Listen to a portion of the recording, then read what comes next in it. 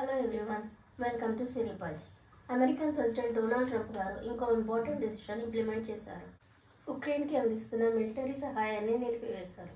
ఇది Ukraine Russia యుద్ధంలో ఒక ఇంపార్టెంట్ టర్న్గా మనం చెప్పుకోవచ్చు. ఇప్పటి వరకు జరిగిన ఈ యుద్ధంలో యుక్రెయిన్ యూరోప్ ఇంకా అమెరికా సహాయంతో ముందుకు వెళ్తోంది. అమెరికా ఆల్మోస్ట్ 75 బిలియన్ల వరకు ఖర్చు చేసింది.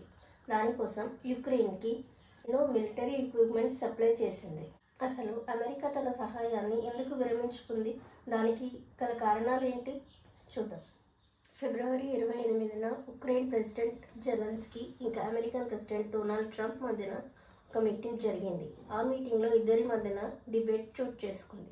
అసలు ఈ మీటింగ్ ఎందుకు జరిగిందో తెలుసా?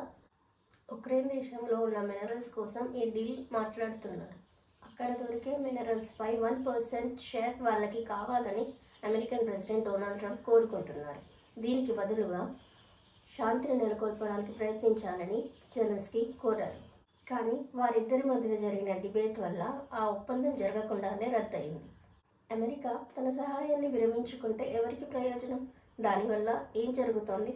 యుక్రెయిన్ ఇప్పటివరకు జరిగిన యుద్ధంలో అమెరికా సహాయంతోనే ముఖ్యంగా ముందుకు వెళ్తోంది. దీనివల్ల యుక్రెయిన్ యుద్ధంలో వెనుకబడిపోయే ప్రమాదం ఉంది. యూరోప్ దేశాలు వాళ్ళ సహాయాన్ని అందిస్తున్నా కానీ అది 50% మించదు. మిగతాదంతా అమెరికానే పంపిస్తోంది. ఇప్పటికే రష్యా 20% భూభాగాన్ని ఆల్రెడీ తన కంట్రోల్లో తీసుకుంది. అమెరికా తన సహాయాన్ని వెనక్కి తీసుకుంటే రష్యా మరింత ముందుకెళ్లే అవకాశం ఉంది. ఉక్రెయిన్లోని ముఖ్యమైన ప్రదేశాలన్నింటినీ స్వాధీనపరుచుకునే అవకాశం ఉంది. ఉక్రెయిన్ ఈ యుద్ధంలో ఓడిపోతే యూరోప్ దేశాల మీద అమెరికా ఆధిపత్యం పెరిగే అవకాశం ఉంది. ఈ విషయం జరిగిన తర్వాత జెలెన్స్కీ ఇంకా ట్రంప్ తాము ఈ ఒప్పందం మీద ముందుకు వెళ్లే అవకాశం ఉందని ప్రకటించారు. ఇలాంటి మోర్ కంటెంట్ ఉన్న వీడియోస్ కోసం don't forget to like, share and subscribe to my channel Siri pulse.